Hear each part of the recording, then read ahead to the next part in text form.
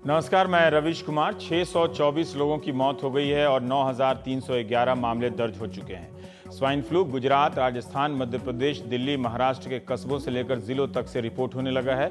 मंगलवार को केंद्रीय स्वास्थ्य मंत्री ने एक उच्च स्तरीय बैठक भी बुलाई, लेकिन इससे पहले कि सरकारी सिस्टम हरकत में आए, इतने लोगों की मौत लोगों के बेखबर रहने से हुई या सिस्टम ने उन्हें समय पर राहत नहीं दी, इसका हिसाब कब होगा और कौन करेगा। 2009 में स्वाइन फ्लू से 3,000 लोगों की मौत हो गई थी। 15 फरवरी को राजस्थान में 11 लोगों की मौत हुई। यहां 3,000 के करीब लोगों को स्वाइन फ्लू हो चुका है। जोधपुर के नेशनल लॉ यूनिवर्सिटी को 2 मार्च तक के लिए बंद कर दिया गया है क्योंकि एक छात्र को स्वाइन फ्लू हुआ है। पिछले 24 घंटे में मध्य प्रदेश और गुजरात में 8-8 लोग इस बीमारी से मरे हैं। भोपाल के जेपी हॉस्पिटल और 2 अन्य प्राइवेट अस्पताल के 4 डॉक्टरों को स्वाइन फ्लू हुआ।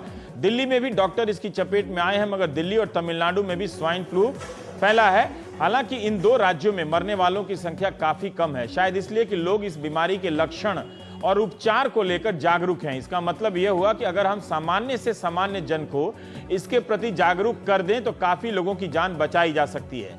दिल्ली में 1500 लोगों को स्वाइन फ्लू हुआ है, एक आंकड़ा है, लेकिन सिर्फ 7 लोगों की मौत हुई।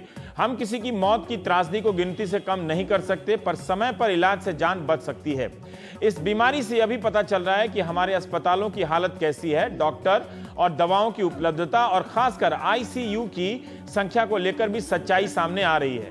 राजस्थान और गुजरात में केंद्र से टीम भेजी गई है, यानी 5 सालों में भी हम राज्य स्तर पर स्वाइन फ्लू से निपटने की मुकम्मल व्यवस्था नहीं कर पाए हैं। आपको यही बता दें कि इसके लिए एक दवा आती है जिसका नाम टेमीवीर है, टेमीफ्लू है। सरकार दावा करती है कि यह दवा हर जगह उपलब्ध है और इसकी कोई कमी नहीं है।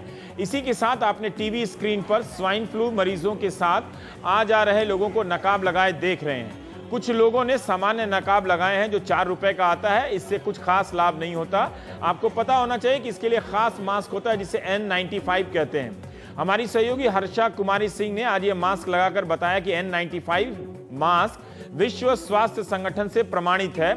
इसमें 3 परतें होती हैं, दूसरे मास्क में इस तरह की परतें नहीं होती हैं, जिससे आपका सही तरीके से बचाव नहीं हो सकता। तो आपको इस मास्क के बारे में विशेष रूप से ध्यान देना है। 90 रुपया बहुत होता है, पर फिर भी हर्षा को लोगों ने बताया कि यह मास्क पर्याप्त संख्या में मिल भी नहीं रहा, यहां तक कि सरकारी दुकान में भी मास्क नहीं मिल रहा था। राजस्थान में जितने लोगों को स्वाइन फ्लू हुआ है उनमें से 6% लोग मौत के शिकार हुए हैं। डॉक्टरों ने बताया कि गांवों में लोग देर से इस बीमारी को लेकर सतर्क हो रहे हैं और जयपुर आते आते बहुत देर हो जा रही है। जैसे 70 साल के राम प्रसाद सैनी को 4 दिनों से बुखार और जुकाम था, लेकिन जयपुर तब आए जब सांस की तकलीफ शुरू हुई।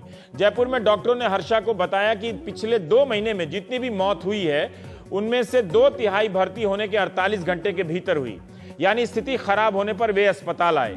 गांव में अस्पतालों की स्थिति कितनी खराब है आप अंदाजा कर सकते हैं, क्योंकि बुनियादी जांच न होने के कारण ही मरने की स्थिति में लोगों को जयपुर लेकर भागना पड़ रहा है।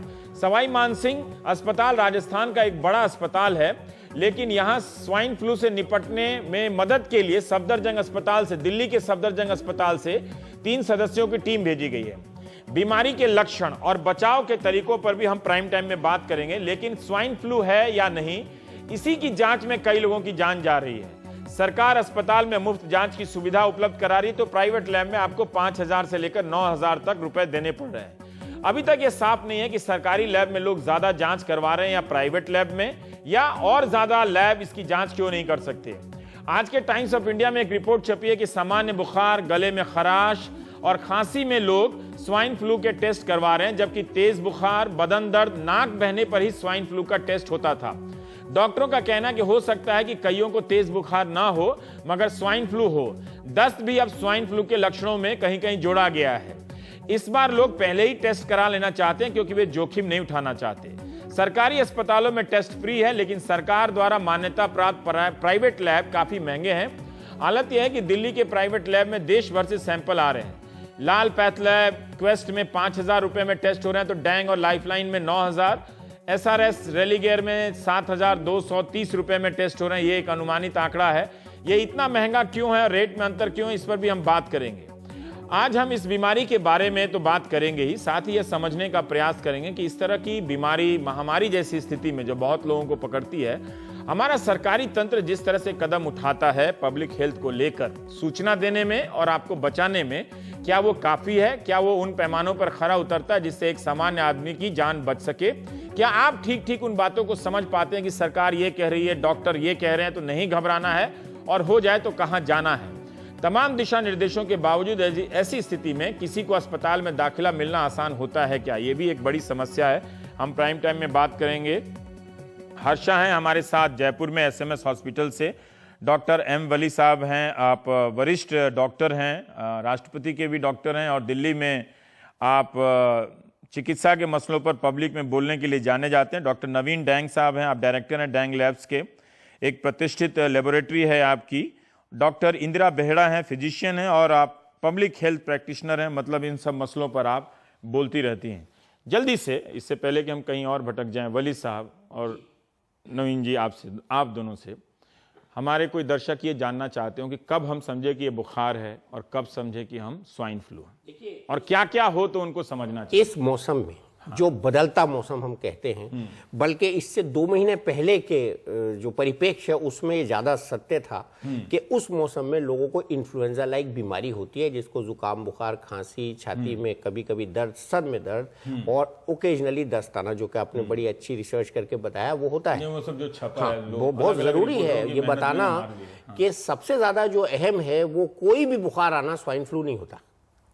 बुखार आता है, हाँ वही बताने जा रहा हूं। मैं एक मरीज हूं, हाँ मुझे फीवर है इसका, हाँ। तो मैं इसे कब तक सामान्य रूप से लूं और कब अलर्ट हो जाऊं? हाँ। वली साहब को फोन करूं कि ये स्वाइन फ्लू तो है बुखार 3 दिन 4 दिन रहे, दवा खाने के बाद कम ना हो रहा हो, बड़ी इंपॉर्टेंट। बुखार की दवा जो पैरासीटामोल, नॉर्मल जो पैरासीटामोल आम दवा खाते हैं, उससे कम ना हो रहा हो, सर में दर्द बहुत भीषण हो, आपके बदन में इतनी टूटन हो कि आप बिस्तर से ना उठ पा रहे हो, और बुखार कितना हो, 102, 103 या आसपास, इसके 3-4 तक चला जाए, 3-4 तक जब चला जाए, और इसके साथ बदन में जो टूटन है, आंखों के पीछे के हिस्से में दर्द है, मांसपेशियों में दर्द है, और उल्टी जैसा लगना, एक वायरल फीवर। मान लीजिए पहले ही दिन 104 बुखार चला गया, 103 चला गया, तो स्वाइन फ्लू है, हम 4 दिन इंतजार। हाँ, दवा लीजिए, कम हो जाएगा, आराम कीजिए, कम हो जाएगा, पौष्टिक आहार लीजिए, कम हो जाएगा, खाना मत छोड़िए, डॉक्टर को भी दिखा लीजिए, दवा से कम हो जाएगा।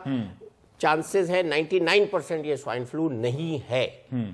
अब जो सबसे बड़ी बात मौत को लेकर जो आपने चिंता की है, उसमें यह है कि स्वाइन फ्लू से कोई आदमी डायरेक्टली पर से नहीं मरता है। स्वाइन पहले फ्लू, हम थोड़ा मुतमईन हो लेना चाहते हैं, हम अपने उस पर हम बाद में आएंगे कि बीमारी के लक्षण को लेके और कोई लक्षण है जिससे लगे कि मरीज हैं, जिससे उल्टी आना, मान लीजिए कोई डायबिटीज का मरीज है, डायबिटीज, जिसका कोई ट्रांसप्लांट हुआ है, उसको आज के दिन बुखार हो जाए तो उसको क्या करना चाहिए? Diabetes, hypertension, transplant, coronary artery disease के मरीज, ब्रोंकाइटिस के मरीज, स्मोकर्स, हैवी स्मोकर्स, ब्रोंकिएक्टेसिस के मरीज, ट्रांसप्लांट वाले मरीज, इम्यूनोसप्रेसेंट मरीज, जिनको स्टेरॉइड चल रहा है किसी ट्रांसप्लांट के बाद, लीवर, किडनी नॉर्मल, और एचआईवी के मरीज, उनको इसकी संभावना बहुत ज्यादा है, सतर्कता उनके ऐसे मरीज बहुत ज्यादा है। जिसका ट्रांसप्लांट हुआ है बहुत या इसका बाईपास कभी हुआ है, उसको अगर बुखार हो जाए तो उसको पहले ही दिन अलर्ट हो जाना चाहिए। पहले दिन डॉक्टर की सलाह लेनी चाहिए, डॉक्टर के पास जाना चाहिए, उसका ऑलरेडी एक डॉक्टर होगा जो उसको ट्रीट कर रहा है। 2 कैटेगरी हो गई, एक खास तरह के मरीज हैं जी,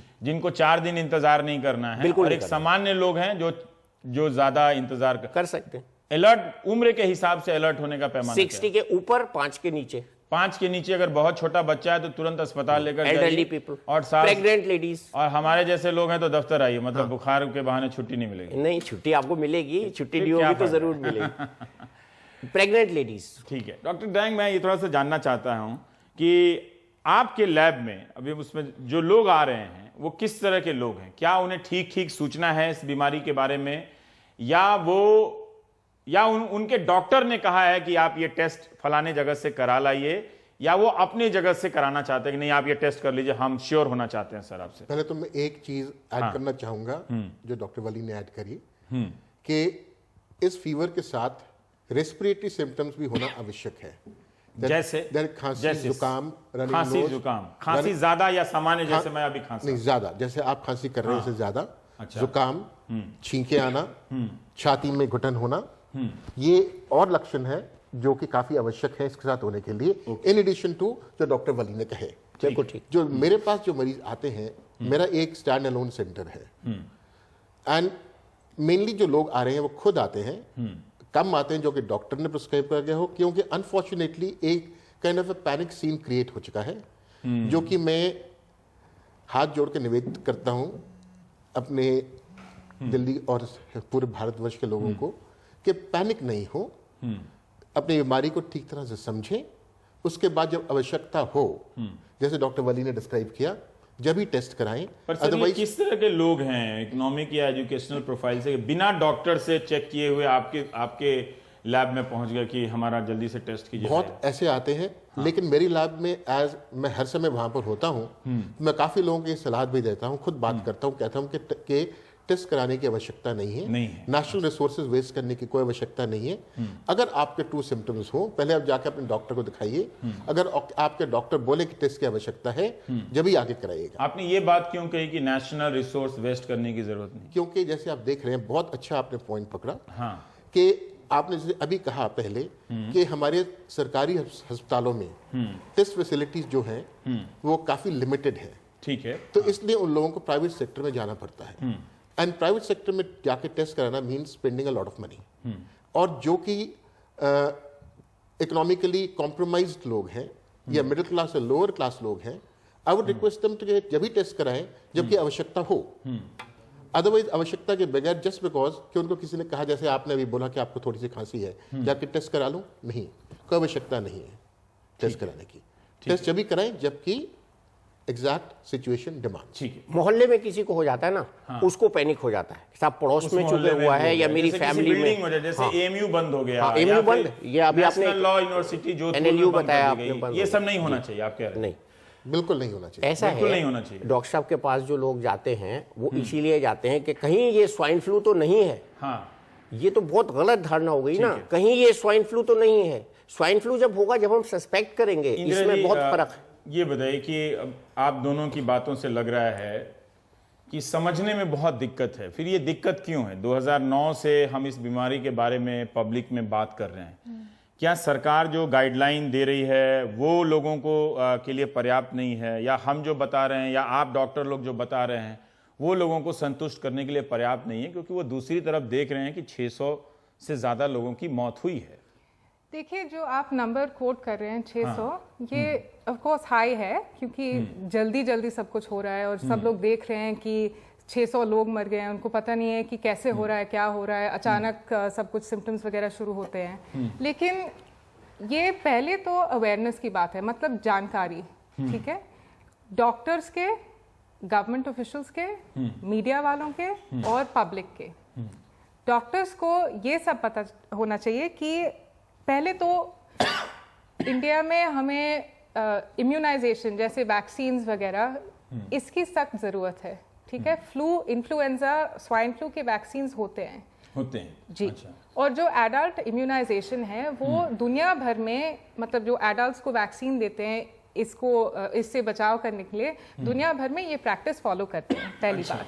तो हमें प्रिवेंशन की रोकना चाहूंगा कि ये जो वैक्सीनेशन है, जो टीका है, कोई बच्चा ले सकता है या हम भी ले सकते हैं, आप भी ले सकते हैं या वली साहब भी ले सकते हैं, कोई भी ले सकता है? जी, टीका का कुछ तो आई मीन दे हैव उनके साइड इफेक्ट्स वगैरह थोड़े बहुत होते हैं, लेकिन और ये थोड़े बहुत जो साइड इफेक्ट्स हैं उसको लेकर पब्लिक में डिबेट है कि इसको लेना चाहिए या नहीं लेना चाहिए। इन्फ्लुएंजा वैक्सीन के बारे में ऐसा कुछ इतना बड़ा प्रॉब्लम नहीं है। ठीक है। और बच्चे जो बहुत छोटे हैं उनमें कभी कभी रेकमेंड। मैं अभी आपसे सिर्फ इस संदर्भ में जानना चाहता हूँ कि जो सूचना सरकार दे रही है, जो स्वाइन फ्लू के लक्षण जो पोस्टर बनाती है, जो विज्ञापन दे रही है, जो मंत्री आकर बोल रहे हैं, जो एमसीआई वगैरह वगैरह से जो बात कर रही है, वो क्यों नहीं लोगों को ये संतुष्ट कर पा रही? खासकर दिल्ली जैसी जगह में डॉक्टर डैंग बता रहे हैं कि पढ़े लिखे लोग हैं, बिना डॉक्टर से पूछे चले आ रहे हैं टेस्ट कराने के लिए। क्योंकि मैं इसके बारे में, आप लोग जो रिपोर्ट करते हैं वो बहुत अच्छी तरह से रिपोर्ट करते हैं, लेकिन मीडिया का बहुत अहम इसमें रोल है पैनिक स्प्रेड करने में।